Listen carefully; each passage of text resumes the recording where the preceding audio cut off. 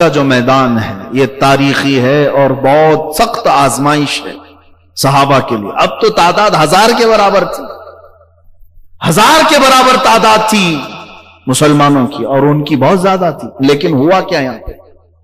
معاملہ پلٹ گیا تھا. جو مسلمانوں کو اللہ نے فتح عطا کی تھی وہ حضور پاک صلی اللہ تعالی علیہ وسلم کی ایک بات، جس کا صحابہ نے انتظار نہیں کیا، جس کی پاداش میں جیتی ہوئی جنگ شکست میں بدل گئی. میں آپ کو بتاتا ہوں کہ حضور پاک صلی اللہ تعالی علیہ وسلم کی ہر بات کا کتنا لحاظ کرنا ضروری ہے امت کو. میدان احد کیسا ہے اس کا لوکیشن میں آپ کو بتاؤں. میدان احد ایسا تھا کہ مشرکین سامنے ہیں، مومنین اس طرف ہیں، اور مومنین کو حضور صلی اللہ علیہ وسلم کی طرف سے ایک چھوٹا سا ٹیلا ملا تھا، ایک پہاڑی جس کو جبل رومات کہتے ہیں. آج بھی وہ موجود ہے مدینے سے 5 کلومیٹر بعد احد پہاڑ کے سامنے جہاں یہ جنگ ہوئی. لوکیشن کے اعتبار سے حضور پاک صلی اللہ علیہ وسلم نے سب سے بہتر لوکیشن منتخب کیا تھا، کیونکہ پہاڑ کی اونچائی پر 50 تیر انداز صحابہ کو کھڑا کیا. تیر انداز صحابہ کو حضور نے کھڑا کیا اور کہا تھا کہ جب تک میں نہ کہوں نیچے نہیں اترنا. یہ لفظ پر آپ توجہ دیں. حضور نے کیا فرمایا؟ جب تک میں نہ کہوں یہاں سے نیچے نہیں آنا. صحابہ تیر لے کر کھڑے رہے. اب یہ سب سے بہترین پوائنٹ تھا مومنین کے لیے، صحابہ کے لیے. جب بھی کوئی مشرکین حملہ کرنے کے لیے آگے آتے یہ اوپر سے تیر برسانے لگ جاتے. اوپر جو بھی ہوتا ہے وہ فائدے میں ہے. تو مشرکین شکست کھا کر کے بھاگ رہے تھے، اور صحابہ اکرام نے دیکھا دوپہر سے پہلے ہی مشرکین اپنا ساز و سامان چھوڑ کر بھاگ گئے، کافی دور بھاگ گئے. تو یہاں جو مومنین تھے وہ سب مال غنیمت جمع کرنے لگے. جو مال بچا ہوا تھا وہ جمع کر رہے تھے. تو اوپر جو صحابہ کھڑے تھے تیر انداز صحابہ، ان میں سے اکثر صحابہ نے کیا کہا؟ جنگ ختم ہو گئی، چلو ہم بھی اترتے ہیں، مال غنیمت جمع کرتے ہیں. لیکن چند صحابہ نے کہا نہیں، انتظار کرو حضور کا حکم آنے تک. دیکھیں یہ صحابہ میں آپس میں اجتہادی اختلاف تھا. تو جن لوگوں نے اترنے کا کہا انہوں نے یہ کہا نہیں، حضور نے جنگ ختم ہونے تک کی بات کہی تھی، اب جنگ ختم ہو گئی، دیکھو مشرکین بھاگ گئے، اب کچھ رہا نہیں، ہم اتر جاتے ہیں. 50 میں سے 40 صحابہ اتر گئے، مال غنیمت جمع کرنے لگے. مشرکین کی طرف سے بہادر جنگجو خالد بن ولید آئے ہوئے تھے. اس وقت وہ ایمان لائے ہوئے نہیں تھے، لیکن جنگ کی بہادری میں ان کی مثال نہیں تھی. انہوں نے دیکھا مین پوائنٹ یہی تھا. جبل رومات یہ جب خالی ہو گیا تو خالد بن ولید نے 200 گھڑ سواروں کو لے کر کے پیچھے سے راؤنڈ مارتے ہوئے آیا، اور واپس پیچھے کی جانب سے یہ جو 10 اوپر کھڑے تھے ان کو پہلے مار دیا، شہید کیا. اور اس کے بعد اچانک جو صحابہ مال غنیمت جمع کر رہے تھے ان پر انہوں نے حملہ کر دیا. اب جو مشرکین بھاگے ہوئے تھے وہ بھی پلٹ آئے، ادھر سے وہ پلٹ آئے، پیچھے سے خالد بن ولید کی فوج، بیچ میں مسلمان پس گئے، جس میں 70 صحابہ کی جانیں گئی. 70 صحابہ کی جانیں گئی. یہ احد کا معرکہ جو ہے بڑا تفصیلی ہے، میں شارٹ بیان کر رہا ہوں. 70 صحابہ کی جانیں گئی. یہی وہ جنگ ہے جس میں امیر حمزہ کا کلیجہ چبایا گیا تھا. سینہ چاک کر کے ہندا نے کلیجہ نکالا اور کچا چبایا تھا. یہی وہ جنگ ہے جس میں حضرت عبداللہ بن جہش صحابی رسول ہیں، جن کی انگلیاں پوری کاٹی گئی، ہونٹ کاٹے گئے، ناک کاٹی گئی، کان کاٹے گئے، دانت توڑے گئے، ایک ایک ٹکڑا کر کے سوئی سے ہار بنایا گیا، پیرو کر کے ایک رسی میں ڈال کر کے ہار بنایا گیا ان کے ٹکڑوں کا. اور مشرکین نے وہ ہار پہن کر کے فخر سے اعلان کیا تھا عبداللہ بن جہش کے گوشت کے ٹکڑے. صحابہ کے ساتھ یہ معاملہ ہوا احد کے میدان میں. یہی وہ احد کا میدان ہے جس میں رسول پاک صلی اللہ علیہ وسلم پر ایک ظالم نے لوہے کی ٹوپی ماری تھی جس سے 2 دانت مبارک شہید ہوئے تھے. یہ سب کیوں ہوا تھا جانتے ہیں؟ صرف اور صرف ایک بات تھی. میرے آقا نے فرمایا تھا جب تک میں نہ کہوں نیچے مت آنا. بات سمجھ رہے ہیں؟ قرآن میں اللہ نے فرمایا، اللہ تبارک و تعالیٰ نے فرمایا فَلْيَحْذَرِ الَّذِينَ يُخَالِفُونَ عَنْ أَمْرِهِ لوگوں کو چاہیے کہ میرے رسول کے حکم کے خلاف کرنے سے بچیں، ورنہ کیا ہوگا؟ ان تصیبہم فتنہ او یصیبہم عذاب علیم۔ رب تعالیٰ فرماتا ورنہ اللہ تم کو فتنے میں مبتلا کرے گا یا دردناک عذاب میں گرفتار کرے گا۔ یہ دو چیزیں ہو سکتی ہیں۔ حضور کے بارے میں اگر تم نے خیال نہیں کیا، حضور کی حدیثوں کو ہلکے میں لیا، تو پھر یا تو فتنے میں مبتلا ہوگی امت یا پھر دردناک عذاب میں گرفتار ہوگی۔ ارے وہاں 70 صحابہ کی جانیں گئی، میں کہتا ہوں آج 7 لاکھ جانیں ہماری جا رہی ہوں گی صرف اسی بنیاد پر کہ یہ رسول پاک کے حکم کو اہمیت نہیں دے رہی امت۔ کیا چیخ چیخ کر کے مبلغین اور علماء نہیں بیان کر رہے ہیں آ جاؤ حضور کے طریقے پر؟ یہاں پر منہ پھیر کر کے چل پڑتے ہیں، تو پھر جانے تو جانی ہے نا اپنی۔ حضور کی مخالفت کرنا معمولی بات نہیں، ہزاروں نہیں لاکھوں جانے جائیں گی۔ اب میں آپ کو بات عرض کرتا ہوں، وہاں پر جن صحابہ نے جو کردار ادا کیا وہ بھی تو بیان کرنا ہے۔ چلیں ایک خطا تھی، اجتہادی خطا، جس کی وجہ سے 70 جانیں گئی، لیکن صحابہ میں جو حضور کے لیے تڑپ تھی، جو جانثاری تھی، پوری زندگی کہیں مطالعہ کر کے لاؤ، کسی کے پاس ایسی جانثاری نہیں مل سکتی، نہیں ملے گی۔ مدینے سے ایک خاتون دوڑتی ہوئی آ رہی ہے، بیچ راستے میں اس کو کسی نے کہا بی بی جان تمہارے شوہر شہید ہو گئے۔ وہ کہتی ہے انا للہ و انا الیہ راجعون۔ آگے بڑی، کسی نے پھر بیچ راستے میں اس خاتون سے کہا تیرے بھائی کا انتقال ہو گیا احد کے میدان میں۔ وہ انا للہ پڑی، آگے بڑھ گئی۔ کسی نے بیچ میں پھر کہا کہ تیرے باپ اور بیٹے بھی شہید ہو گئے۔ عورت کے 4 ہی تو رشتے ہیں اہم، باپ ہے، بیٹا ہے، بھائی ہے اور شوہر ہے۔ اور اس خاتون کے چوتھے آدمی نے جب یہ خبر دی کہ تیرے بھائی کا بھی انتقال ہوا، تیرے باپ کا بھی، وہ جھلا کر کے کہتی ہے اے آنے والوں، سب میرے رشتہ داروں کی موت کی خبر دے رہے ہو، ذرا یہ تو بتاؤ محمد رسول اللہ سلامت ہے یا نہیں؟ میرے آقا صلی اللہ تعالی علیہ وسلم کی زندگی کی خبر کیوں نہیں دیتا؟ اللہ اکبر، اپنوں کی کوئی پرواہ نہیں تھی۔ اور جس آنے والے نے یہ کہا نہیں میرے آقا سلامت ہیں، تو وہ کھل کر کے کہتی ہے اگر میرا چاند سلامت ہے تو میری پوری کائنات سلامت ہے۔ اس عرب خاتون کو تو دیکھیں، اگر رسول اللہ سلامت ہیں تو میری پوری کائنات سلامت ہے۔ وہ صحابہ کا ہی تو عقیدہ تھا جس کو بریلی کے امام نے ترجمہ کر کے یہ ہمیں بتایا تھا۔ ان کا عقیدہ تھا بیٹا گیا ہے تو نام مصطفیٰ پہ گیا ہے، بھائی گیا ہے، باپ گیا ہے، لیکن پھر ہم ان کو یہ یقین تھا کون دیتا ہے دینے کو منہ چاہیے، دینے والا ہے سچا۔ ہاں، ان کے پاس نبی پاک صلی اللہ تعالی علیہ وسلم کی ذات تھی، تو جتنا کچھ جائے میرے مصطفیٰ کریم کی بارگاہ تو وہ ہے جہاں اگر حضرت علی سو جائیں تو سورج کو پلٹایا جا سکتا ہے، تو سورج پلٹ کے آ سکتا ہے، تو رشتے کیوں نہیں مل سکتے؟ صحابہ کا عقیدہ تھا، اس لیے سب ان کے نام پر فدا کرتے تھے۔ ایک اور خاتون کی بات میں کروں، ایک اور خاتون ہے مدینے کی، میدان احد میں آئی دوڑتی ہوئی، جوان بیٹے کا انتقال ہو گیا تھا، جوان بیٹے شہید ہو گئے۔ یہ تحفظ ناموس رسالت اسی کو کہتے ہیں، سب کچھ لٹا دینا اور پھر کہنا کہ حق تو یہ ہے کہ حق ادا نہ ہوا۔ وہ خاتون آئی اور حضور کی بارگاہ میں آئی، کہا یا رسول اللہ صلی اللہ علیہ وسلم مجھے خبر ملی ہے کہ میرا بیٹا شہید ہو گیا، آقا کیا مجھے اجازت ہے میرے بیٹے کی لاش دیکھ لوں؟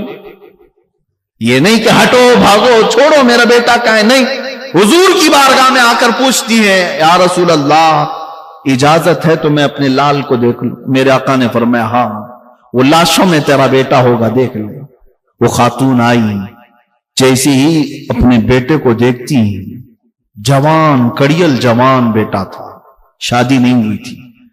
وہ خاتون ماں ہوتی ہے، جبہ ہٹا دیا، اس کی پیٹھ پر ہاتھ پھیرنے لگی، اس کے بعد پھر لاش کو پلٹا دیا، پھر سینے پر ہاتھ پھیرتی ہے، ہاتھ میں خون لگا تو فوراً سجدے میں گر گئی، دعا کرتے ہوئے اللہ کی بارگاہ میں شکر بجا لاتی ہے کہ مولا تو نے میری قبول کر لی۔ جو قریب کھڑے تھے انہوں نے پوچھا کہ بی بی یہ کیا کرتی ہو؟ بڑی بھی یہ کیا ہے؟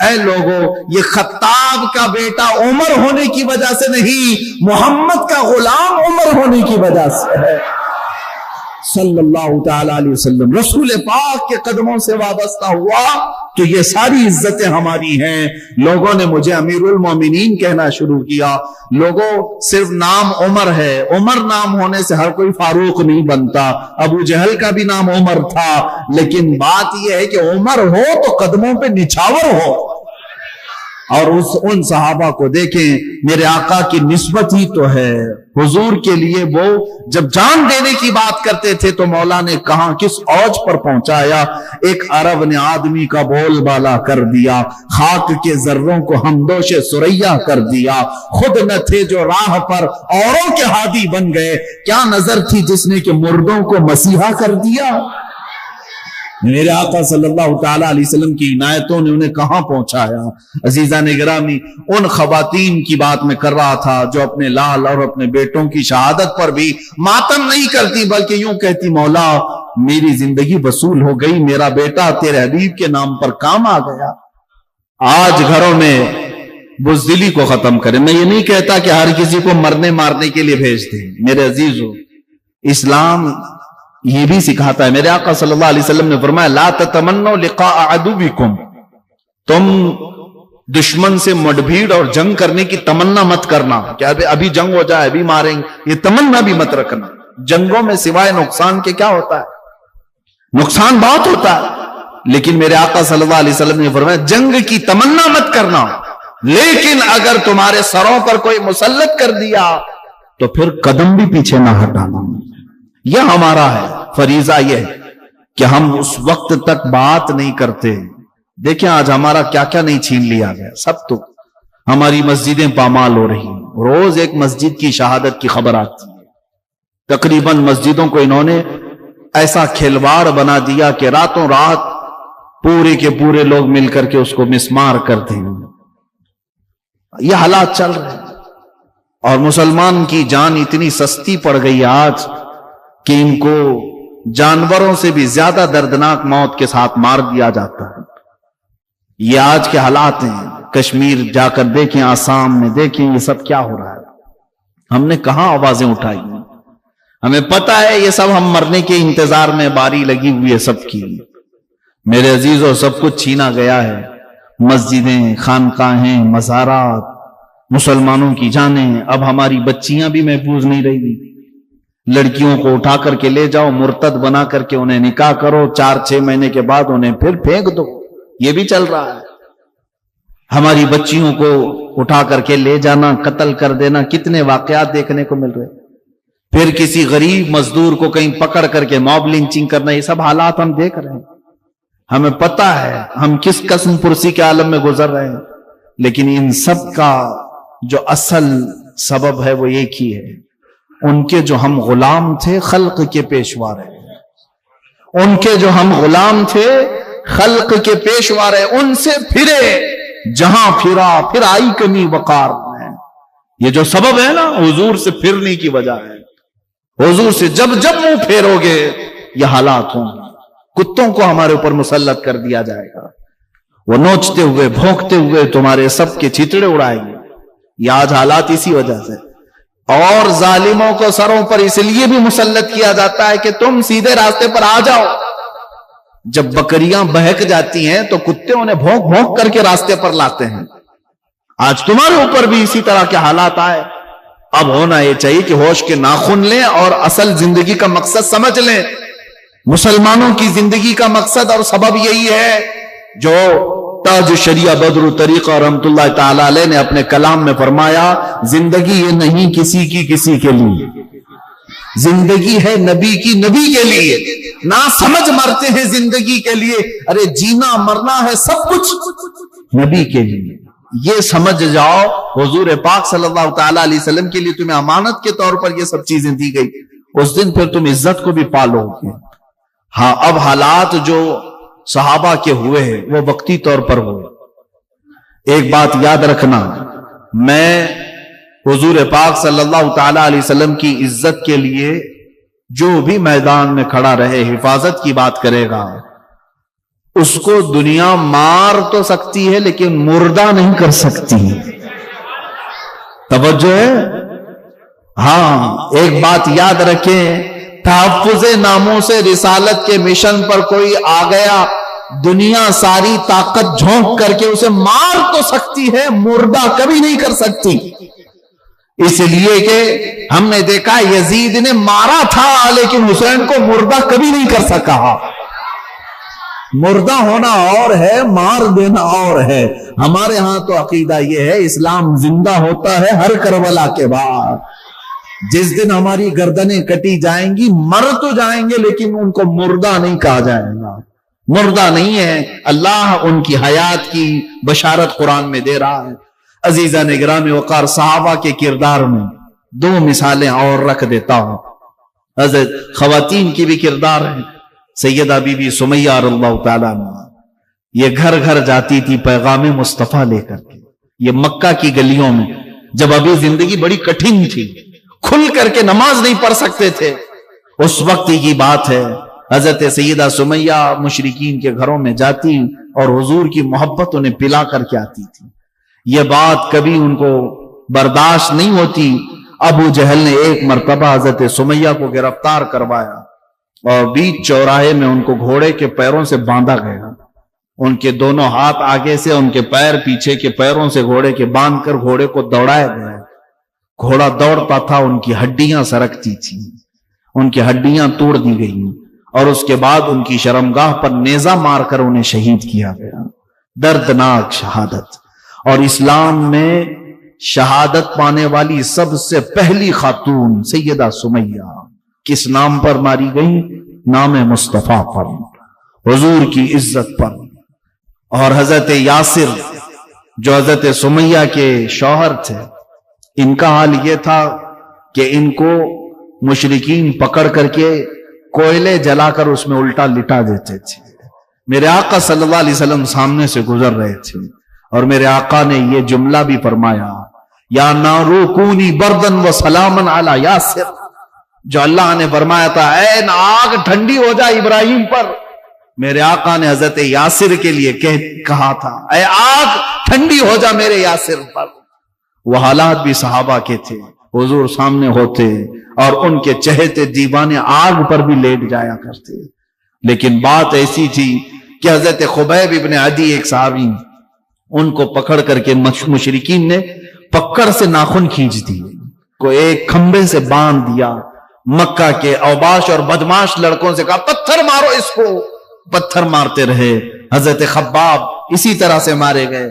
ان میں سے ایک صحابی سے مشرکین نے یہ کہا تھا کیا یہ اچھا ہوتا تمہاری جگہ محمد ہوتے اور تم آرام سے لیٹے ہوتے. اس صحابی کو جلا لایا. اس وقت انہوں نے کہا، کچھ عربی کے اشعار بھی ہیں جو شعر کہے تھے انہوں نے اپنی موت سے پہلے. وہ کہتے ہیں کہ خبردار، تم کہتے ہو اس جگہ محمد ہوتے، میں ابھی اپنے جسم کی 1000 ٹکڑے برداشت کر سکتا ہوں لیکن مصطفیٰ کے تلووں میں کانٹا چبھے یہ بھی مجھے گوارا نہیں. وہ صحابہ تھے. یہ تحفظ ناموس رسالت ہے.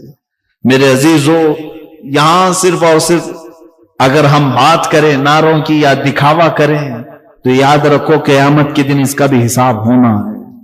اور اگر دل کی گہرائیوں کے ساتھ اور اخلاص کے ساتھ بات کرو گے انشاءاللہ دنیا میں بھی اس کی جزا ہے اور آخرت میں بھی جزا ہے.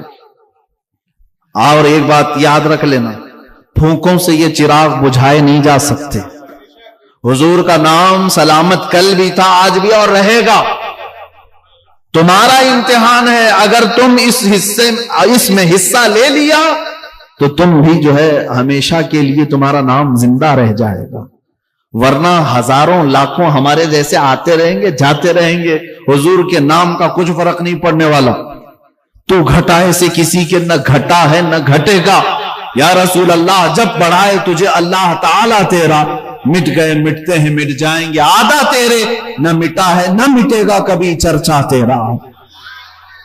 حضور پاک صلی اللہ تعالیٰ علیہ وسلم کے چرچے کو اللہ نے قرآن میں فرمایا وَرَفَعْنَا لَكَ ذِكْرَكَ، ہم نے تمہارا ذکر بہت بلند کر دیا. ہونا کچھ نہیں ہے، پوری دنیا کو مل کر کے بھی کچھ نہیں کر سکے گی، لیکن امتحان ہوگا مومنین کا، مسلمانوں کا امتحان ہوگا. تم کیا کر رہے تھے سوال تو ہوگا. حضور کی عزت پر جب بات آئی تم کیا کر رہے تھے یہ سوال آئے گا، اور اگر تم نے کچھ کیا تھا تو تمہیں اجر سے نوازا جائے گا، اور نہیں کیے تھے تو تمہیں بھی اس طرح بزدلوں میں اٹھایا جائے گا۔ میرے عزیزو، حضرت امام مالک نے تو یہ بات کہی کہ امت اگر حضور کی گالیاں سن کر خاموش رہتی ہے تو اسے زمین میں دھس جانا چاہیے، زمین میں دھس جانا چاہیے۔ اب سنیں حضور پاک صلی اللہ تعالی علیہ وسلم کے نام پر جن لوگوں نے اپنی جانیں دی، اور کردار ان صحابہ کا ایسا ہے کہ ایک بڑی لمبی طویل گفتگو ہے۔ آپ کو پتا ہے مدینہ طیبہ میں ایک شادی ہوئی، آج دوپہر میں شادی ہوئی، دولہا اپنی دلہن کو لے کر رات میں اپنے گھر آیا ہے، سہاگ رات ہے، پہلی رات ہے، شب زفاف۔ اسی رات کو کسی منادی نے اعلان کر دیا کہ مشرکین نے مدینے پر حملہ کیا ہے، حضور کی عزت کی بات ہے، چلو اے جوانوں میدان میں آ جاؤ۔ یہی احد کے لیے پکارا جا رہا تھا رات کے وقت۔ صحابہ سب گھروں سے باہر نکل رہے تھے، اور فجر کی نماز سے پہلے پہلے میدان احد میں سب کو جمع ہونا تھا۔ اور یہ جوان جس کی آج شادی ہوئی بستر چھوڑ کر کے اٹھ بیٹھا، اپنی شریک حیات سے کہا الوداع، مجھے اجازت دو، میں جاتا ہوں، میں جاتا ہوں، حضور پاک کی عزت کی بات آئی، اب مجھے جانا ہوگا۔ سہاگ رات، شب زفاف، آج کی شادی کی رات۔ خاتون سے کہا اگر تم چاہو تو مجھ سے طلاق لے لو، عدت کے بعد کسی اور سے نکاح کر لینا، یا چاہو تو انتظار کرو۔ خاتون نے کیا کہا، نہ میرے شریک حیات آپ جائیں، میں خوشی خوشی بھیجتی ہوں، آپ کسی اور کام کے لیے نہیں جا رہے، نام مصطفیٰ پر جا رہے ہیں، عزت رسول کے لیے جا رہے ہیں، آپ جائیں۔ پہلی رات کی دلہن یہ کہتی ہے، اور طلاق کی بات کر رہے ہیں آپ، خبردار آپ طلاق کی بات نہ کرنا، دنیا کی زندگی میں تو آپ نے مجھے شریک بنا ہی لیا، آخرت میں کیوں الگ کرتے؟ اے میرے سرتاج، اے میرے شریک حیات، جائیں، اگر آپ صحیح سلامت واپس آ گئے تو میں غازی کی بیوی کہلاؤں گا، اور اگر نہیں آ سکے تو کوئی میرے لیے فکر کی بات نہیں، فخر سے شہید کی بیوہ تو کہلاؤں گی، میرے پاس وہ بھی فخر ہوگا۔ یہ جوان اسی حالت میں دوڑتا ہوا میدان احد میں آ گیا، فجر کی نماز سے پہلے صفوں میں کھڑا ہو گیا، اور جب جنگ شروع ہوئی تو ایسی گھمسان کی جنگ تھی، دوپہر سے پہلے پہلے جو حالات وہاں پیدا ہوئے میدان میں، کئیوں کی شہادت ہوئی، اس میں اس جوان صحابی حضرت حنظلہ کی بھی شہادت ہو گئی، شہید ہو گئے۔ پہلی رات کا دولہا میدان میں شہید ہوا ہے۔ لیکن میرے عزیز و شام کے وقت جب لاشیں اٹھائی جا رہی تھی، صحابہ کہتے ہیں ہم نے حنظلہ کو شہید ہوتے ہوئے تو دیکھا، لیکن لاش نہیں مل رہی تھی، کہیں نہیں مل رہی تھی۔ حضور پاک سے شکایت کی کہ یا رسول اللہ صلی اللہ علیہ وسلم، حنظلہ کی لاش کہیں نظر نہیں آتی۔ حضور پاک نے آسمان کی طرف دیکھا اور پھر فرمایا جاؤ فلاں جگہ پر اس کی لاش ہے۔ صحابہ گئے، اٹھا کر کے لائے، دیکھا تو پوری لاش بالکل غسل دی ہوئی ہے، پانی ٹپک رہا ہے چہرے سے اور بالوں سے۔ میدان احد میں کون پانی لایا اور کون غسل دیا؟ حضور پاک کے پاس وہ لاش جب لائی گئی، جوان دولہے کی لاش، حضور پاک سے صحابہ نے پوچھا آقا اس کو نہلایا کس نے؟ میرے آقا نے فرمایا اس کو تھوڑی دیر کے لیے اللہ کے فرشتے لے گئے تھے، جنت کے پانی سے میرے حنظلہ کو انہوں نے غسل دیا۔ اب سوال یہ ہوتا ہے کہ شریعت کا مسئلہ ہے کہ جو شہید ہے اس کو غسل نہیں دیا جاتا، جس حالت میں وہ شہید ہوا اسی حالت میں اسے دفن کیا جاتا ہے، انہی کپڑوں میں۔ یہ شہید کا اعزاز ہے، ہم اور آپ، اللہ تبارک و تعالی شہادت عطا فرمائے۔ شہید کا یہ اعزاز ہے کہ وہ جن کپڑوں میں، اوروں کے لیے وہ حکم ہے کہ دنیا کے کپڑے چھوڑ دو، اللہ کے پاس آنا ہے تو کفن پہن کے آؤ، لیکن شہید کے لیے یہ ہے اعزاز کہ جو کپڑے تو پہنا ہے اسی میں اللہ کے پاس آ، اور غسل بھی نہیں۔ تو صحابہ نے پوچھا کہ غسل جب شہید کو نہیں دیا جاتا اس کو کیسے غسل دیا گیا؟ حضور نے فرمایا جاؤ اس کی بیوی سے معلوم کرو، یہ اس کی موت کا غسل نہیں۔ حنظلہ جب اپنی بیوی سے ہمکنار ہوا تو اس پر غسل واجب تھا، جنابت کا، اپنی بیوی کے ساتھ رات گزارا تھا، لیکن حنزلہ نے یہ سوچا نہانے میں دیر نہ ہو جائے اور میں حضور سے پیچھے نہ ہو جاؤں، اسی لیے اسی حالت میں یہ دوڑتا ہوا چلا آیا اور میدان میں شریک ہو گیا، صرف اس بنیاد پر کہ نہانے میں لیٹ نہ ہو جائے اور حضور سے پیچھے نہ ہو جاؤں۔ اور اس حالت میں یہ آیا اور شہید بھی ہو گیا۔ تو جو اللہ کے ملائکہ نے اسے غسل دیا وہ موت کا نہیں، وہ جنابت کا غسل ہے، جن کا لقب غسیل الملائکہ ہے۔ میرے عزیزو، یہ مثالیں کہاں سے لا سکو گے؟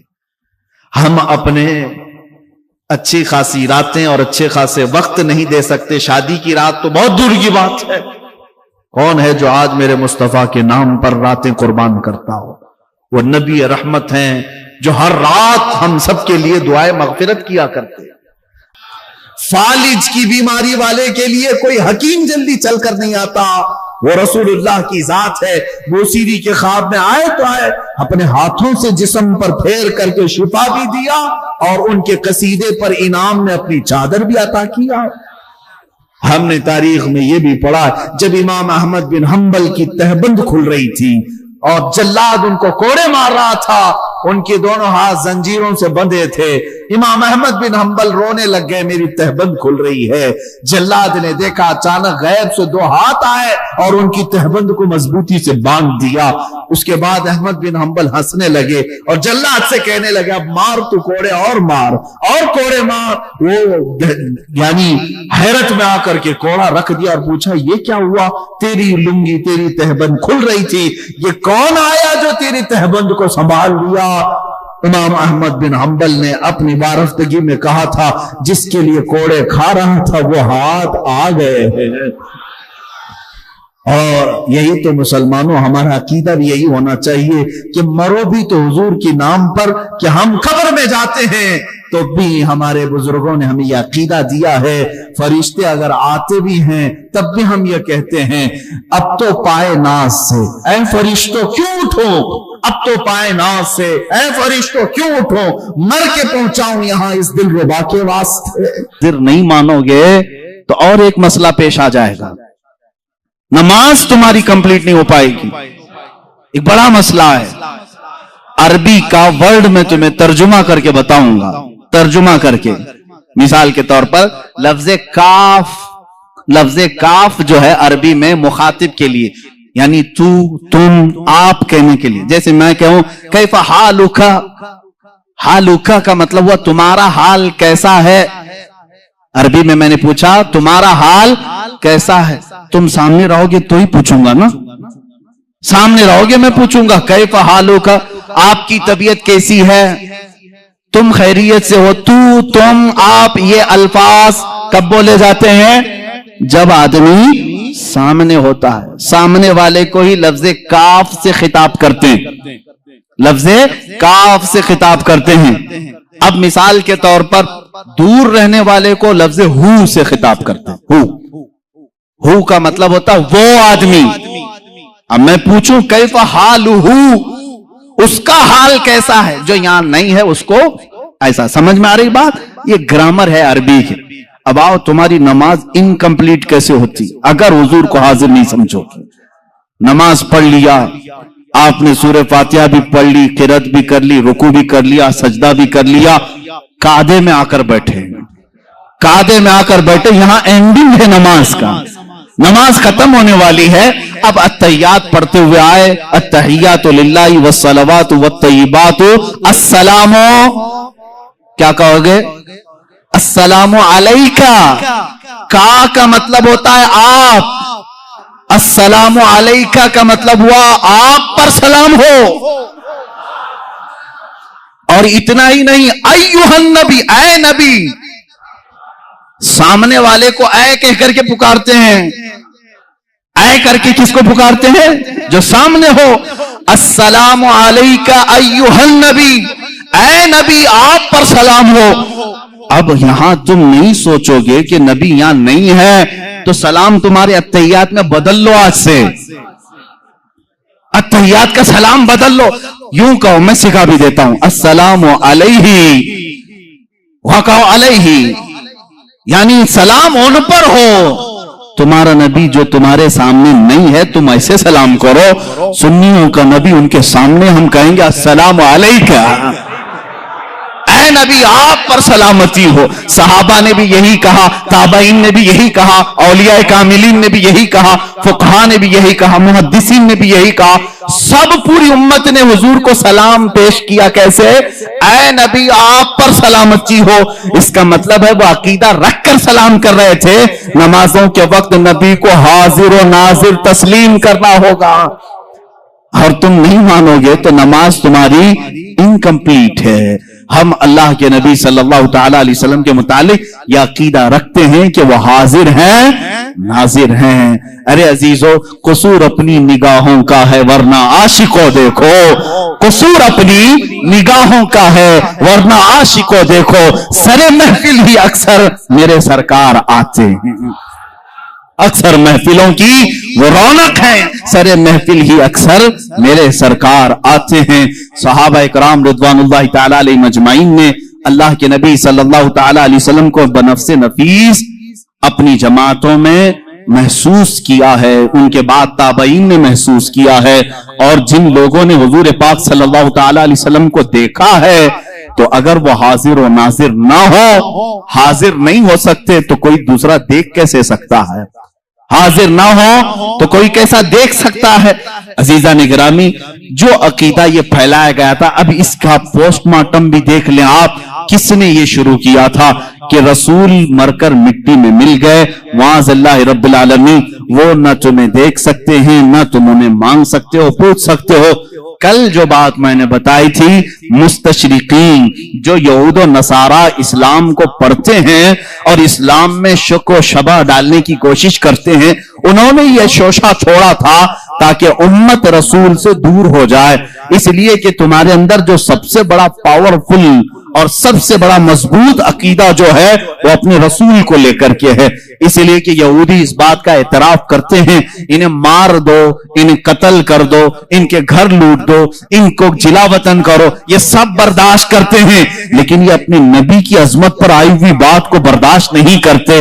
آج بھی دنیا اس بات کو مان رہی ہے. ان کے اندر اگر کوئی چنگاری باقی ہے جو انہیں جمع کرتی ہے تو وہ رشتہ رسول ہے، محبت رسول ہے، عظمت مصطفیٰ ہے. اور یہی چیز ختم کرنے کے لیے وہ ایڑی چوٹی کا زور لگائے ہیں.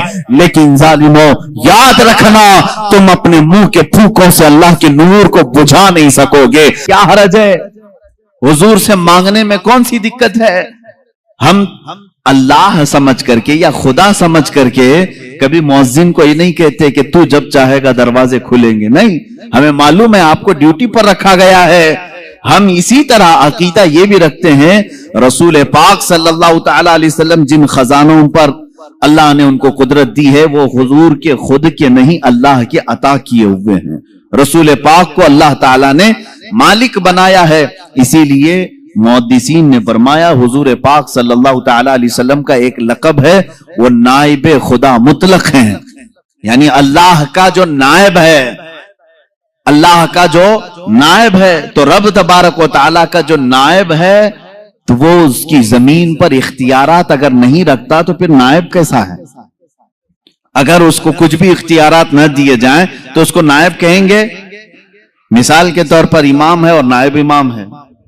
امام صاحب اگر یا کمیٹی والوں نے نائب امام کو کہا کبھی تمہیں نماز پڑھانا نہیں ہے، کچھ بھی نہیں کرنا ہے، مسجد میں آنا ہے، تو نہیں پوچھے گا پھر نائب امام کیوں کہہ رہے ہو مجھے؟ نائب امام کیوں کہہ رہے ہو؟ آپ کو میں دنیاوی مثالوں سے صرف ذہن کی قربت کے لیے سمجھا رہا ہوں. سی ایم ہے اور ڈپٹی سی ایم ہے، اور ڈپٹی سی ایم کو اگر کہہ دیا جو کچھ بھی نہیں، خالی تجھے بیٹھنا ہے اور اٹھ کے چلے جانا ہے، پارٹی چھوڑ کے چلا جائے گا. کچھ بھی کرنا نہیں ہے، کوئی اختیار میرا نہیں ہے، تو ڈپٹی سی ایم بنائے کیوں ہے؟ یہ دنیاوی دستور ہے. جس کو عہدہ دیا جاتا ہے اسے اختیار بھی دیا جاتا ہے، جسے عہدہ دیا جاتا ہے اسے اختیار بھی دیا جاتا ہے. جب رب تبارک و تعالیٰ نے نبی کو سید الانبیاء کا عہدہ دیا تو اختیارات کتنے عطا فرمایا ہوگا؟ اختیارات کتنے دیے ہیں؟ عزیزان گرامی، ہم سنیوں کا عقیدہ یہی ہے جہاں بانی عطا کر دیں بھری جنت ہبا کرتے ہیں.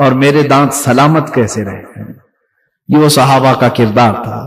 جب مشرکین مکہ نے حضور کا سوشل بائیکاٹ کیا تھا، 3 سال تک حضور سے سارا انہوں نے بائیکاٹ کر رکھا تھا، پورے خاندان سے، ان سے لین دین، خرید و فروخت، سلام کلام، ساری چیزیں بند کر رکھی تھی. اور 3 سال ایسے گزرے میرے آقا صلی اللہ علیہ وسلم کے شعب ابی طالب میں کہ جس وقت ان کے ہاں کھانے کی کمی ایسی تھی کہ پتے کھائے گئے اور چمڑے کو پانی میں ابال کر کے کھایا گیا مکہ میں. اور حضرت سعد رضی اللہ تعالیٰ عنہ مدینے میں رہنے والے صحابی، حضور پر وہ پہلے ہی اسلام لا چکے تھے. جب ان کو یہ خبر ہوئی نا کہ مکہ والوں نے حضور کا سوشل بائیکاٹ کر رکھا ہے، حضرت سعد مدینے میں بیٹھ کر کے چمڑے پکاتے تھے اور کھاتے تھے، اور یہ کہتے یہ کیسے گوارا ہوگا کہ میرے آقا صلی اللہ علیہ وسلم پر فاقہ چل رہا ہو اور میں گھر میں گرم گرم روٹیاں توڑ رہا ہوں. وہ صحابہ تھے، سب کچھ انہوں نے فدا کیا، اور پھر اخیر میں کیا کہا جانتے ہیں؟ جان دی ہوئی اسی کی تھی، حق تو یہ ہے کہ حق ادا نہ ہوا. حضرت ابو قتادہ کے بارے میں کہتے کہتے رک گیا تھا. حضور پر جب تیر برسائے جا رہے تھے تو یہ ڈھال بن کر کھڑے تھے. ان کے جسم پر وہ ڈھال بننے کی وجہ سے کتنے تیر آئے معلوم؟ 80 تیر لگے تھے، لیکن وہ ہٹنے کو تیار نہیں تھے. حضور پاک کے سامنے سے ہٹنے کو تیار نہیں تھے کہ کوئی تیر حضور کی طرف نہ آ جائے. جسم پر 80 تیر گئے، یہاں تک کہ ایک تیر آیا حضرت ابو قتادہ کی سیدھے آنکھ میں چلا گیا، اور ان کی آنکھ کا ڈھیلا باہر آ گیا، آنکھ کی پتلی باہر آ گئی، لٹک گئی. اس کے باوجود بھی صحابہ کہنے لگے اب یہ موقع ہمیں دے دو. حضرت ابو قتادہ کہتے نہیں، جسم پورا ختم ہو جائے تب تک میں یہاں سے نہیں ہٹوں گا. تحفظ ناموس رسالت کسی عام مسئلے کو کہتے ہیں؟ کسی ایسی ہلکی چیز کو کہتے ہیں؟ صحابہ سے سیکھو، سب کچھ نچھاور کیا. حضور پاک صلی اللہ علیہ وسلم نے خود ان کو بلایا حضرت ابو قتادہ کو کہ ہٹ جاؤ، اور حضور نے اپنے ہاتھ مبارک سے ان کی آنکھ کو اندر کیا اور اپنا لعاب پاک لگایا. آنکھ صحیح ہو گئی، آنکھ صحیح ہو گئی. اسی لیے تو وہ صحابہ سب کچھ نچھاور کرتے تھے. کون دیتا ہے دینے کو منہ چاہیے، دینے والا ہے سچا ہمارا نبی. اور ان کا عقیدہ یہی تھا، جو اس عقیدے کو لے کر کے بریلی کے تاجدار نے یہ لکھا تھا، شافی و نافی ہو تم، وافی و کافی ہو تم، درد کو کر دو دوا، تم پہ کروڑوں درود. عزیزان گرامی وقار، صحابہ اکرام رضوان اللہ تعالی علیہ مجمعین کی قربانیاں بیان کروں رات نہ کافی ہے. تحفظ ناموس رسالت پر ان کی قربانیاں بے شمار ہیں. اللہ جب قرآن میں ان کے متعلق یہ فرماتا ہے رضی اللہ عنہم، اللہ ان سب سے راضی ہوا. اللہ ان سب سے راضی ہوا کس بات پر؟ کہ یہ نبی کے لیے ہر چیز قربان کرتے ہیں، ہر چیز. حضور پاک صلی اللہ تعالی علیہ وسلم کی کسی ایک چیز کو بھی یہ ہلکے میں نہیں لیتے. اس خالد بن ولید کو سنتے ہیں آپ، جنہوں نے اپنی زندگی میں 125 جنگیں لڑی. کتنی؟ 125 جنگیں لڑی ہیں. جنگ کی بات کر رہا ہوں، کوئی جنگ مہینے چلی ہے، کوئی 15 دن 20 دن، جنگ کی حالت میں پوری زندگی گزر گئی. اچھا، ان کی خصوصیت تو دیکھیں، 125 جنگوں میں ایک جنگ میں بھی شکست نہیں ہوئی. اسی لیے تو میرے آقا نے ان کو سیف اللہ کہا تھا، یہ اللہ کی تلوار ہے. اور حضرت خالد بن ولید کہتے ہیں میرے پورے جسم پر ایک بالشت بھی جگہ باقی نہیں جہاں تیر یا نیزہ نہ لگاؤ. ایک بالشت جگہ بھی باقی نہیں، ہر جگہ لگا، لیکن شہادت نہیں ہوئی. کسی جنگ میں آپ کو کوئی شہید نہیں کر سکا. وہ طبعی موت ان کا انتقال ہوا اپنے بستر پر، حضرت خالد بن ولید. اس کی وجہ مفسرین یہ بتاتے ہیں، اگر کوئی ان کو میدان جنگ میں مار دیتا، شہید کرتا، تو پھر دنیا یہ کہتی کہ اللہ کی تلوار ٹوٹ گئی. سیف اللہ ہے نا اللہ کی تلوار. ان کے بارے میں بات کر رہا ہوں جس نے 125 جنگیں لڑی. وہ کیسا بطل جلیل اور بہادر عظیم، اور دشمنوں کے ناکوں تلے چنے چبوا دے، بہت مشہور جرنیل. ایک جنگ میں حالت ایسی آ گئی کہ کفار سر پہ سوار تھے، کسی نے تلوار ماری تو آپ کا امامہ کھل کر نیچے گر گیا، امامہ گر گیا، اور ادھر خالد بن ولید کے سر پر ایک کافر کھڑا ہے تلوار لے کر، اور جنگ کے جوہر جاننے والا تو مقابلہ کرتا، کپڑے چھوڑ دیتا۔ ارے میاں کبھی ہاتھ کٹ رہا ہے، کبھی جبہ پھٹ رہا ہے، یہ تھوڑی نہ دیکھا جاتا ہے جنگ کے میدان میں۔ خالد بن ولید نے مشرکین کو اٹھائے ہوئے تلواروں کی طرف نہیں دیکھا، وہ امامہ اٹھانے کے لیے بھاگے، دوڑے اور جا کر کے اٹھایا۔ ارے یہاں اس وقت تک تو گردن پہ تلواریں چل جاتی، ٹکڑے کر دیتے، کئی لوگ سوار تھے سر پر، پھر بھی آپ وہ امامہ اٹھانے کے لیے گئے، اٹھا کر کے لے آئے، اور جس کے ہاتھ میں تلوار تھی وہ رک گیا اور کہا خالد بن ولید ہے تو؟ میں نے تیرے بہادری کے بڑے قصے سنے، لیکن آج ایسا کام تجھ کو کرتے ہوئے دیکھا جو ایک عام سپاہی بھی نہیں کرتا۔ ارے سر سے اگر ٹوپی یا امامہ گرا تو سامنے دشمن بھی تو کھڑا تھا۔ خالد بن ولید نے جواب کیا دیا؟ اے ظالموں، تمہیں پتہ نہیں یہ عام ٹوپی نہیں ہے، یہ عام امامہ نہیں ہے، اس امامے میں نے اپنے رسول پاک کے 3 موئے مبارک رکھے ہیں۔ میرا یقین یہ ہے کہ جس جنگ میں بھی فتح ہوتی ہے وہ خالد بن ولید کی وجہ سے نہیں، رسول اللہ کے موئے مبارک کی وجہ سے۔ اور میں اپنی ساری چیزیں برداشت کر سکتا ہوں، لیکن رسول پاک کا موئے مبارک زمین پہ آئے یہ مجھے گوارا نہیں، میں اٹھانے کے لیے اپنی جان دے سکتا ہوں۔ 3 موئے مبارک اٹھانے کے لیے دشمنوں کے سامنے گردن دینے والا اللہ نے اسی کو سیف اللہ بنایا ہے۔ عزیزان گرامی وقار، حضور پاک صلی اللہ تعالی علیہ وسلم کی کسی بھی چیز کو صحابہ کرام ہلکے میں نہیں لیتے کبھی کسی۔ ایک صحابی حضرت انس بن نذیر ہیں، باتیں لگی آ رہی ہیں، میں آپ کے سامنے عرض کر رہا ہوں، اس لیے کہ میں نے شروع میں ہی کہا، حضرت نے اور انتظامیہ نے مجھے یہ جو عنوان دیا ہے یہ میری پوری زندگی کا عنوان، آپ کی پوری زندگی کا عنوان۔ حضرت انس بن نذیر حضور کے قریبی صحابی، رازدار بھی کہہ لیں، حضور ان کو ساتھ رکھتے۔ قباء کی مسجد میں نماز پڑھ کر کے حضور نکلے تھے، ایک خط آیا، کوئی قاصد خط لے کر کے آیا، مکہ والے جنگ کی تیاری کر رہے ہیں اور اس میں سب پوائنٹ لکھے ہوئے تھے۔ حضور نے حضرت انس کو دیا، ان کا گھر قریب میں تھا، مسجد قباء کے قریب، اکیلے میں بلایا، کہا انس یہ پڑھ کے سناؤ کیا کیا ہے۔ خط حضرت انس نے پڑھ کر کے سنایا، خط بند کر دیا۔ حضور نے فرمایا یہ راز ہے تیرے اور میرے بیچ میں، کسی کو خبر نہیں ہونی چاہیے، تیرے اور میرے بیچ میں یہ راز ہے۔ حضرت انس، اب دیکھو راز رسول کی حفاظت، اللہ اکبر، وہ صحابہ کا ہی کردار تھا۔ انہوں نے کہا یا رسول اللہ بس یہاں پر مہر بند ہو گئی۔ حضور صلی اللہ تعالی علیہ وسلم نکلے گھر کے باہر، انس بن نذیر کی بیوی گھر کے اندر تھی، آئی، پوچھا کیا خط آیا ہے مکہ سے؟ کہا تجھے کیسے خبر؟ کہا بتاؤ تو صحیح کیا پیغام ہے؟ حضرت انس نے کہا کچھ بھی نہیں ہے، خبردار اس سلسلے میں بات مت کرنا، اس سلسلے میں مجھ سے گفتگو بھی مت کرنا، اپنی بیوی کو کہہ رہے ہیں۔ بیوی نے کہا انس جو مضمون تم نے رسول اللہ کو سنایا میں نے پورا سن لیا، میں نے پورا سن لیا۔ حضرت انس اب اتنے جلال میں آئے کہ سیدھے اپنی بیوی کی گردن پکڑ لی، گردن پکڑ لی، کہا اب تیرا فیصلہ میں رسول پاک کے پاس کروں، کیونکہ میں یہ نہیں چاہتا کہ میں رسول اللہ کے راز کی افشا کرنے والے یا حفاظت نہ کرنے والوں میں اٹھایا جاؤ، اس سے پہلے اگر میرے مصطفیٰ نے فرمایا تو تیری گردن دبا دوں گا۔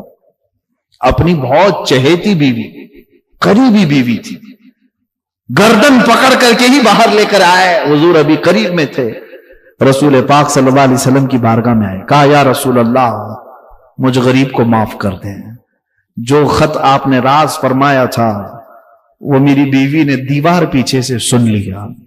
رسول پاک صلی اللہ علیہ وسلم نے ایک نظر اس کی طرف دیکھی، حضرت انس اس کی گردن چھوڑنے کو تیار نہیں، کسی حالت میں گردن چھوڑنے کو تیار نہیں۔ بیوی ہو تو ہو، لیکن میرے نزدیک رسول اللہ کا راز اہم ہے۔ حضور پاک صلی اللہ علیہ وسلم نے فرمایا، اس خاتون کو دیکھ کر کے کہا کہ انس اس کی گردن چھوڑ دو، جس طرح تم میرے صحابی ہو وہ بھی میری صحابیہ ہے۔ حضرت انس بن نذیر کو جب حضور نے فرمایا تب آپ نے گردن چھوڑ دی۔ میرے عزیزوں وہ عام عورت نہیں تھی، وہ بھی رسول اللہ کی عزت پر اپنی پوری زندگی نچھاور کرنے والی وہ صحابیہ تھی کہ جانتے ہیں اپنے عزیز از جان شوہر حضرت انس کو انہوں نے ہی امامہ پہنا کر ساری چیزیں پہنا کر کے جنگ میں بھیجا، اور حضرت انس جب شہید ہوئے تو یہ خاتون ہی وہ ہیں جو حضور کی وہ رازدار کہ جب میدان احد میں حضرت انس کو ڈھونڈا گیا کہیں نہیں ملے، کیونکہ ان کے ساتھ کافروں نے مسلح کر دیا تھا۔ مسلح کا مطلب ان کے چہرے کو پھوڑ دیا تھا، ان کے جسم کو پتھروں سے پھوڑ کر کے مسل دیا تھا، پہچان کے لیے کوئی چیز باقی نہیں تھی، یہاں تک کہ ان کی خاتون اور ان کی بہن آئی، حضرت انس کی صرف انگلی دیکھ کر کے پہچانا، ایک انگلی باقی تھی، انگلی کے پور دیکھ کر کے کہا کہ یہ میرے سرتاج، یہ میرے شوہر نامدار، اور ان کی بہن نے کہا یہ میرا بھائی ہے۔ اس بات پر حضرت انس کو پہچانا گیا۔ میرے عزیزوں اب مجھے بتاؤ، جن کے چہرے پھوڑ دیے گئے، جن کے جسموں کو تار تار کر دیا گیا، پھر بھی وہ کیا کہتے تھے؟ ایک اور صحابی کی بات عرض کروں، حضرت سعد ابن ربی رضی اللہ تعالیٰ عنہ، حضور ان سے بھی بڑی محبت کرتے۔ میدان جنگ میں شام کا وقت، حضور نے پوچھا صحابہ سے، دیکھو سعد کہاں ہیں، زندہ ہیں یا انتقال کر گئے؟ صحابہ ڈھونڈتے ڈھونڈتے ہوئے آئے، سعد سعد پکارا، ان کی ہلکی ہلکی آوازیں آ رہی تھی۔ جس طرف آواز آئی صحابہ آئے تو دیکھا ان کے جسم پر 12 نیزے لگے ہوئے تھے، پیٹ پھٹ گیا تھا، آنتیں باہر آئی تھی، لیکن روح ابھی باقی تھی، زبان ابھی چل رہی تھی۔ صحابہ آئے، کہا سعد رسول اللہ نے بھیجا ہے۔ وہ وہیں پر کہنے لگے، اے میرے دوستو، اللہ کے نبی کو میرا سلام کہہ دو، میں حضور تک پہنچ نہیں پاؤں گا، چل کر آ نہیں سکتا، زخم ہے، نیزے ایسے چبھے ہوئے ہیں کہ نکالنے والا بھی کوئی نہیں، پیٹ پھٹا ہوا ہے۔ لیکن جانتے ہو جو جملہ انہوں نے کہا، سعد ابن ربی، تحفظ ناموس رسالت کا سب سے بڑا جملہ یہ سعد ابن ربی نے کہا ہے، میں اپنی جانب سے کہتا ہوں۔ وہ کہتے ہیں، آنے والوں جاؤ رسول اللہ کی بارگاہ میں کہنا سعد کو معاف کر دیں یا رسول اللہ، سعد کو معاف کر دیں یا رسول اللہ، آپ کی حفاظت کا حق ادا نہیں کر سکا۔ اے مسلمانوں بتاؤ، ہم گرم بستروں پر سو کر کے، گرم روٹیاں کھا کر کے، پھر بھی کہتے ہیں ہم محبت رسول ہے، ہمیں عشق کی رسالت ہے ہمارے پاس۔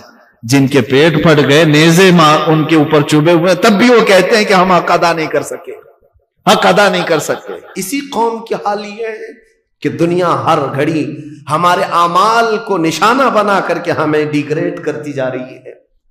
سمجھ جاؤ میرے عزیزوں، کب تک اس زندگی کا اس طرح سے چلے گا؟ کیونکہ میرے آقا صلی اللہ تعالی علیہ وسلم کو آج آپ کے سامنے میں یہ بات رکھتا ہوں، حضور اکرم صلی اللہ تعالی علیہ وسلم کو آپ کیا سمجھتے ہیں؟ اپنی قبر انور میں وہ زندہ ہیں؟ ہم تو سنی ہیں۔ حضور اکرم صلی اللہ تعالی علیہ وسلم اپنی قبر پاک میں زندہ ہیں، لیکن یہ بات بھی سمجھ کے چلو، حضور نے فرمایا ہر جمعرات کو میری پوری امت کے اعمال میرے پاس پیش کیے جاتے ہیں، تم میں سے، ہم میں سے، سب کے اعمال ہر جمعرات کو حضور کے پاس فرشتے سناتے ہیں، فلاں بن فلاں نے ہفتہ بھر یہ کام کیا ہے۔ حضور فرماتے ہیں اگر برے اعمال پیش ہوتے ہیں تو مجھے غم ہوتا ہے، میں استغفار کرتا ہوں اللہ کی بارگاہ میں، اور اچھے اعمال آتے ہیں تو شکر بجا لاتا ہوں، اس کے لیے دعا کرتا ہوں۔ عزیزان گرام وقار، کبھی پلٹ کر کے زندگی میں دیکھنا کتنے جمعرات ایسی چلی گئی ہوں گی جس میں ہمارے کون سے اعمال فرشتے لے جا کر کے سنا رہے ہوں گے۔ حضور اکرم صلی اللہ تعالی علیہ وسلم کی بارگاہ میں جب ہمارے اعمال یہ کہہ کر سنائے جائیں، آقا آپ کا فلاں امتی بے خبر ہے، نہ نماز پڑھتا ہے، نہ ہی آپ پر درود پڑھتا ہے، نہ ہی وہ کبھی نیکیوں کی طرف آتا ہے، وہ تو گانوں کی دھن پر جی رہا ہے، صبح اٹھتا ہے، شام ہوتی ہے تو اس کو تو فلموں کے نغمے یاد ہیں، آپ کا کوئی قول یاد نہیں۔ بتاؤ میرے آقا صلی اللہ تعالی علیہ وسلم کو فرشتے جب ہمارے متعلق یہ خبر دے رہے ہو، کیا حضور پاک صلی اللہ تعالی علیہ وسلم کو اس بات کا قلق نہیں ہوتا یہ وہ امت ہے جس کے لیے میں رات رات بھر کھڑے ہو کر دعا کرتا تھا، آج یہ ہم کو فراموش کی ہوئی ہے۔ زندگی گزارنے کا مقصد سمجھ جاؤ میرے عزیزو۔ اسی لیے میں آپ کو کہتا ہوں کہ زندگی یہ نہیں ہے، حضور تاج الشریعہ رحمت اللہ علیہ نے فرمایا زندگی یہ نہیں ہے کسی کی کسی کے لیے، زندگی ہے نبی کی نبی کے لیے۔ نہ سمجھ مرتے ہیں زندگی کے لیے، جینا مرنا ہے سب کچھ نبی کے لیے۔ جو لوگ یہ سمجھ جائیں اس نقطے کو، انہوں نے زندگی کی مرادوں کو پا لیا ہے، وہ حصولیاب ہو چکے ہیں۔ لیکن جو اب تک بھٹکے ہوئے ہیں ان کو میں دعوت فکر دوں گا، ایک بار سوچ لو، ایک بار سوچ لو، ویسے ہی دنیا ختم ہونے والی ہے اور تمہاری موت آنے والی ہے۔ ایک بار سوچ لو، ایک بار سوچ لو کہ ہمارے ساتھ آخرت میں ہونا کیا ہے، قبر میں ہمارے ساتھ بیٹھنے والا کون ہے، ہمارے ساتھ تنہائی کا نگہبان کون ہے، اور محشر کے اس بھرے میدان میں ہمارا ہاتھ پکڑنے والا کون ہے۔ جب بار بار یہ سوچو گے تو اس فکر کو پہنچو گے کہ وہ صرف اور صرف ایک ہی ذات ہے، کون دیتا ہے دینے کو منہ چاہیے، دینے والا ہے سچا۔ حضور پاک صلی اللہ تعالی علیہ وسلم کی طرف لو لگا دو۔ اس کو جن لوگوں نے اپنی زندگی میں پہچان لیا وہ امام اہل سنت بن گئے، مجدد وقت بن گئے۔ اعلیٰ حضرت امام اہل سنت فاضل بریلوی رحمت اللہ تعالی علیہ کے متعلق ایک بات میں آپ سے کہوں، وہ بڑے عالم تھے، بڑے فقیہ تھے، بڑے محدث تھے، اور بہت سارے علوم پر انہیں مہارت تامہ حاصل تھی، سب اپنی جگہ پر، لیکن یہ سارے علوم نے مل کر اعلیٰ حضرت کو اعلیٰ حضرت نہیں بنایا۔ ان کو اعلیٰ حضرت بنانے والی چیز حقیقت میں عشق رسول ہے۔ حضور پاک صلی اللہ تعالی علیہ وسلم سے بے انتہا لگاؤ، یہ مقام پیدا کر دیتا ہے، یہ مقام۔ ورنہ عالم تو بہت سارے، کتابیں لکھنے والے بھی بہت سارے، لیکن جس نے عشق کی بولی بولی دنیا اس کو پہچاننے لگ جاتی ہے، دنیا اسے پہچاننے لگ جاتی ہے۔ زندگی کا مقصد وہ سمجھ گئے کہ ان کی غلامی کرنے میں ہی یہاں پر عروج و ترقی ہے۔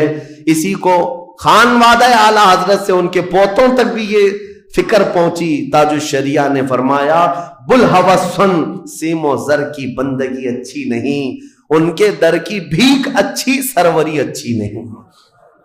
تم جو سوچ رہے ہو زندگی کے طور طریقے ایسے ہونے چاہیے، ویسے ہونے چاہیے، گزار لو جتنے دن چاہے، بڑے بڑے بنگلوں میں، بڑی بڑی گاڑیوں میں، بڑی جائیدادوں میں، لیکن زندگی میں وہ عزت نہ پاؤ گے جو میرے مصطفیٰ کے قدموں میں ملے گی، جو حضور کی غلامی میں ملے گی، وہ عزت نہیں پا سکتے۔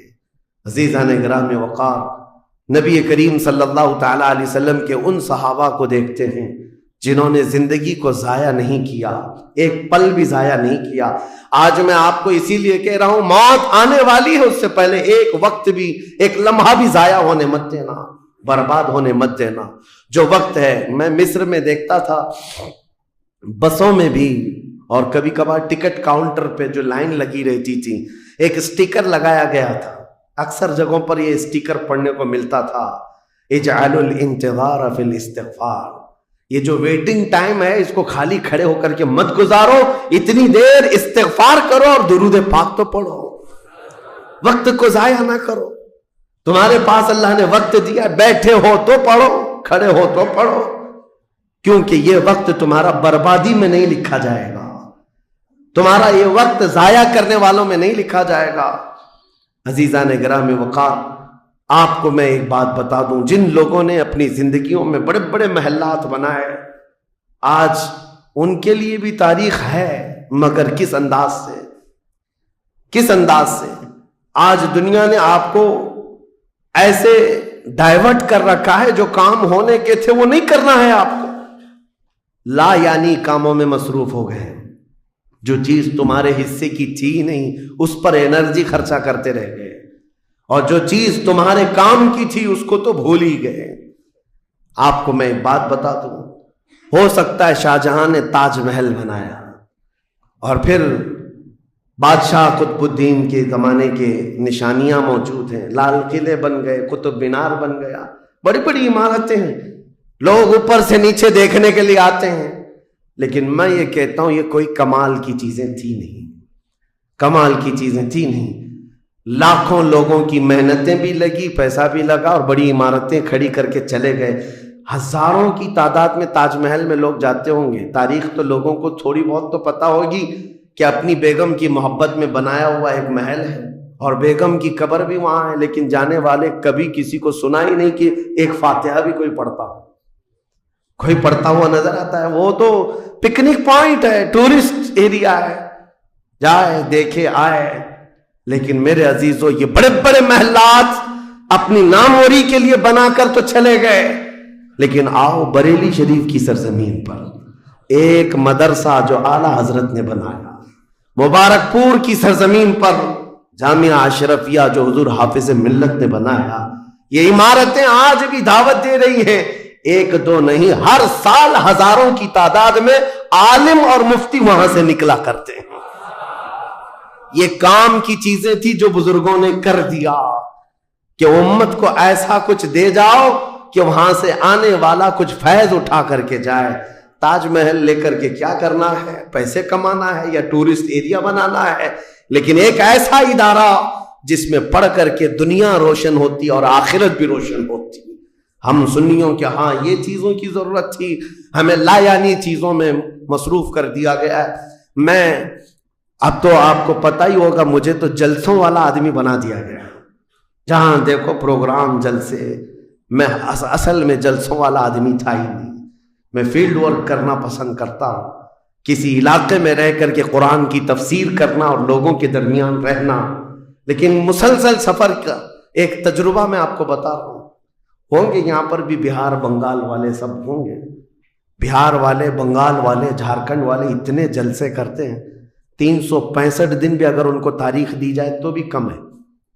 ایک اینالائز کرنے والے بہار کے رپورٹر ہیں, انہوں نے رپورٹ لا کر کے ہمارے سامنے بتائی کہ حضرت 2022 میں اسٹیٹ آف بہار میں 4000 جلسے ہوئے. 4000 جلسے. میں ان کا مخالف نہیں ہوں, لیکن ایک فکر آپ کو بتا رہا ہوں. 4000 جلسے, جن میں سے ہر جلسے کا کم سے کم خرچہ 5 لاکھ روپے. اس سے کم خرچہ کرتے نہیں. 6 مہینے چندہ کرتے ہیں, اس کے بعد بڑا جلسہ کرتے ہیں. کیلکولیشن کر کے دیکھا گیا تو سال میں 2000 کروڑ روپے خرچے ہوئے. 2000 کروڑ روپے. میرے عزیزوں, ٹھیک ہے یہ سب اپنی جگہ پر, لیکن پورے اسٹیٹ پر گھوم کر کے دیکھیں تو مسلمانوں کے نام کی ایک یونیورسٹی بھی نہیں ہے.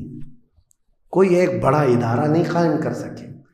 2000 کروڑ کی بھاری رقم سال بھر خرچ کرنے والا غریب اسٹیٹ جس کو لوگ سمجھتے ہیں. میرے عزیزوں, میں یہ بات اس لیے عرض کر رہا ہوں, جن چیزوں میں تمہارا ذہن الجھ گیا یہ وہ تمہارے کام کی نہیں تھی. اعلیٰ حضرت نے بہت پہلے فرمایا تھا, یہ دنیا کا حال یہ ہے, شہد دکھائے زہر پلائے. یہاں پر چکا چون دکھنے والی چیزیں وہ تمہارے حق کی نہیں ہے. اور ممبئی والے کیا کرتے ہیں؟ وہ تو بہار والے جلسوں میں ہیں. ممبئی والے کھچڑا کمپٹیشن کرتے ہیں. ہاں, اس محلے میں 51 دیگ بنی ہے تو ہمارے ہاں 60 دیگ بنے گی, 70 دیگ بنے گی. اور کھاتا کون ہے؟ جو پہلے سے کھائے ہوئے لوگ ہیں. دن بھر 5 ٹائم کھانے والے لوگ ہی کھچڑا کھا رہے ہیں. ثواب تو ان کے لیے تھا اس غریب کو کھلانے پر جس کے گھر میں ایک روٹی ہے تو دوسری روٹی نہیں ہے. کھلانا بالکل ثواب ہے. حدیثوں میں ملتا ہے کھلانے سے بڑھ کر کے ثواب نہیں ہے, پہنانے سے بڑھ کر. سرکار غوث پاک کا یہ فرمان بھی ہے, میں نے ساری نیکیوں کو الٹ پلٹ کر کے دیکھ لیا, رحمان کو 2 نیکیاں سب سے زیادہ پسند ہیں, ایک بھوکوں کو کھلانا, ننگوں کو پہنانا. یہ 2 چیزیں. لیکن یہاں پر کن لوگوں کو کھلایا جا رہا ہے؟ ہم ہی لوگ تو کھاتے ہیں. ہمارے گھر میں بھی کھانا بن رہا تھا, ایک دن سڑک پہ بنا لیا, انٹرٹینمنٹ کر رہے ہیں. اور اس پر آپ یہ نہ سمجھیں کہ میں ان تمام چیزوں کا مخالف ہوں. کرو, جتنی حیثیت ہے اتنی کرو, لیکن یہ نہیں ہے کہ ہمارا سارا کا سارا دار و مدار اسی پر ہے. سنیت اسی کا نام نہیں. ہونا تو یہ چاہیے تھا کہ ہمارے پاس ایسا مضبوط قلعہ ہوتا جو ہر زمانے میں میرے مصطفیٰ کی عزت پر پہرا دینے والے سپاہی وہاں پر تیار ہو رہے ہوتے. ہمارے پاس نہیں ہے ان تمام چیزوں کی. اس لیے مجھے درد ہوتا ہے اس بات کا کہ ہم نے جن چیزوں کے لیے اللہ تعالیٰ سے امانت لی تھی, ہمیں اللہ تعالیٰ نے نوازا تھا, وہ ہماری رقم بھی غلط جگہ جاتی, ہماری زندگی کا وقت بھی غلط جگہ جا رہا ہے. عزیزان گرامی وقار, ان سب چیزوں کا سوال ہوگا قیامت کے دن ہم سے, ہر چیز کا سوال ہوگا. اگر ہم نے وقت کو ضائع کیا ہے اور اپنا مال بھی غلط جگہ استعمال کیا ہے, ہر جگہ ہماری پکڑ ہوگی, ہماری پکڑ ہوگی. ایک ہفتہ قبل میں نے سنا, ہمارے چاہنے والے ہیں عزیز, انہوں نے کہا ایک درگاہ پہ گئے تھے, سنا ہے ایک بہت بڑے سیٹ ہیں, وہ 2.25 کروڑ کا صرف دروازہ بنا رہے ہیں اللہ کے ولیوں کے آستانوں پر. میرے عزیزوں, یہ اللہ کے وہ ولی ہیں, نہ تمہارے دروازے کے محتاج ہیں, نہ تمہاری چادر کے محتاج. ان کے انتقال کے بعد جو ان کو اللہ نے مقامات دیے وہ تم نہیں پہنچا سکتے. وہ تو اللہ تعالیٰ کے رحمت میں ہے, جنہیں اللہ تعالیٰ جنت کے جوڑے پہنا چکا ہو, جن کے لیے جنت کی ہوائیں چل رہی ہوں. ان اولیاء کے مشن کو زندہ کرنا حقیقت میں ایصال ثواب. ان کے لیے سب سے بڑی نظر و نیاز یہی ہے. ماررہ مطہرہ میں حاضر تھا, بڑی خوشی ہوئی. صاحب سجادہ نے بڑھ کر کے یہ اعلان کیا تھا, آنے والے زائرین جتنے سنی آتے ہیں, ہم ان سب سے کہتے ہیں کہ ہمارے اولیاء جتنے یہاں آرام کر رہے ہیں, ان اولیاء کو جو چادریں ڈالنی تھی وہ ہم ڈال چکے. تمہاری طرف سے اب کسی چادر کے لانے کی ضرورت نہیں, اور اگر لانا ہی چاہتے ہو ایک دوپٹہ لے جاؤ اور غریب بہن کے سر پر اڑاؤ. یہ پیغامات تھے خانقاہوں کے. حقیقت میں یہی امت کا کام ہے. عزیزان گرامی وقار, لا یعنی کاموں میں پڑھ کر کے ہمارا وقت جو برباد ہوا اس کی تلافی مشکل ہے, بہت مشکل ہے. اس لیے میں صرف یہ میسج دینا چاہوں گا کہ زندگی کے اس پوائنٹ پر آج ہم آ چکے ہیں جہاں آندھیاں طوفان ہر طرح سے ایک بہت بڑی آزمائش میں ہم گرفتار ہیں. کن کن چیزوں کا علاج کیا جائے سمجھ میں نہیں آتا. کبھی کبھار میں بیٹھ کر سوچتا ہوں, گھر میں اگر گیس کا پائپ بھی لیک ہو گیا, آگ بھی لگی ہے, پانی کا پورا فوارہ بھی آ رہا ہو, کچرا بھی گرا ہو, تو آدمی سوچنے لگ جاتا ہے کس چیز کو روکوں, پانی کو روکوں, گیس کو روکوں, آگ کو روکوں, کچرا اٹھاؤں, کیا کروں سمجھ میں نہیں آتا. یہ حالات آج ہمارے ساتھ ایسی ہو گئے, ہم کن کن چیزوں کا مقابلہ کریں سمجھ میں نہیں آتا. اور پھر اس پر مزید جب ہم اپنی قوم کی طرف دیکھتے ہیں, یہ تو گیم چلاتے ہوئے مزے سے بیٹھے ہوئے ہیں, ایسا لگتا ہے انہیں کسی چیز کی فکر ہی نہیں. شاعر نے کہا تھا, جگہ جگہ کے تھک چکے ہیں تمہیں یہ ہنگامے, نشاط لذت خواب گراں بدل ڈالو, اٹھو وہ گر نہ حشر نہ ہوگا پھر کبھی, دوڑو کہ زمانہ چال اپنی چل گیا. میرے عزیزوں, بس وقت کا احساس تمہارے اندر آ جائے, ضائع نہ کرو. میرے آقا صلی اللہ تعالیٰ علیہ وسلم کی ایک بات میں تمہیں بتا دیتا ہوں. آپ یہ سوچتے ہیں بہت سارے نوجوان خالی فالتو اسی لیے بیٹھے ہوئے, میرے سٹیٹس کے مطابق کام نہیں ملتا, میرے سٹینڈرڈ کے مطابق مجھے کام نہیں ملتا, برباد کیے جا رہے ہیں اپنی زندگی اور لوگوں پر بوجھ بنے ہوئے ہیں. میں ان کے بارے میں بتاتا ہوں. سید الانبیاء رسول مختار صلی اللہ تعالی علیہ وسلم, اگر وہ چاہیں تو روزانہ ان کے گھر جنت کا دسترخوان اترے, اگر وہ چاہیں تو سونے اور چاندی کے محلات میں زندگی گزاریں. لیکن جانتے ہو نبی کریم صلی اللہ علیہ وسلم ایک دن سیدہ فاطمہ الزہرا کے گھر آئے, دیکھا حسنین کریمین تاک میں دب کے ہوئے بیٹھے, پیٹ پیٹ سے لگا ہوا ہے, آنکھیں اندر ہیں. حضرت فاطمہ بھی بیٹھی ہوئی, آواز کسی کی نہیں. حضور رحمت عالم صلی اللہ علیہ وسلم نے پوچھا, فاطمہ کیا حال ہے, گھر میں خاموشی کیوں ہے؟ سیدہ کائنات نے کہا, ابا جان پچھلے 4 دن سے ہمارے گھر میں کوئی کھانا نہیں. حضور پاک صلی اللہ تعالی علیہ وسلم نے یہ نہیں فرمایا کہ ابھی بلاتا ہوں جبرائیل کو, ابھی دسترخوان لاؤ, ابھی میرے گھر کے کھانے کے انتظامات کرو. چاہتے تو حضور آرڈر دے دیتے, ساری نعمتیں آ جاتی. لیکن حضور نے کیا فرمایا سنو. فاطمہ الزہرا سلام اللہ علیہا سے کہتے, فاطمہ انتظار کرو, تمہارا بابا جائے گا. یعنی خود اپنے بارے میں کہتے, میں جاتا ہوں, دیکھتا ہوں کوئی مزدوری مل جائے، میں کام کر کے اپنے بچوں کو کھانا لے کر کے آؤں گا، کام کر کے کھانا لاؤں گا، مانگ کر کے نہیں۔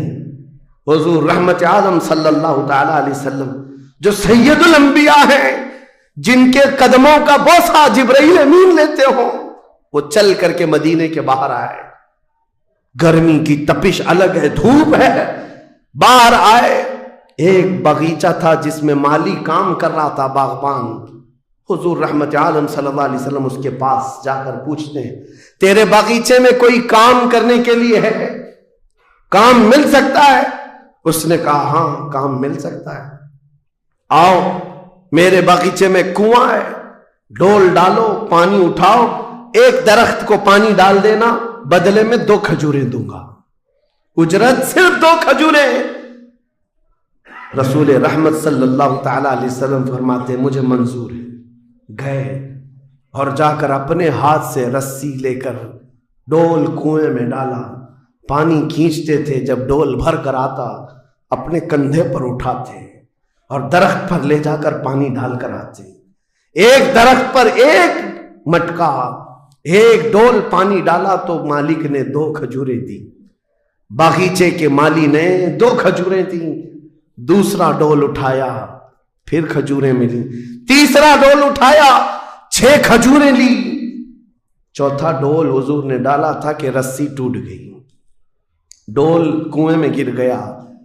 باغیچے کا مالک یہ دیکھتا ہے، وہ پہچانتا نہیں تھا، غصے میں آتے ہی سیدھے حضور پر ہاتھ اٹھا دیا، کہا کہ تمہیں کام نہیں آتا، میری رسی توڑ دیا۔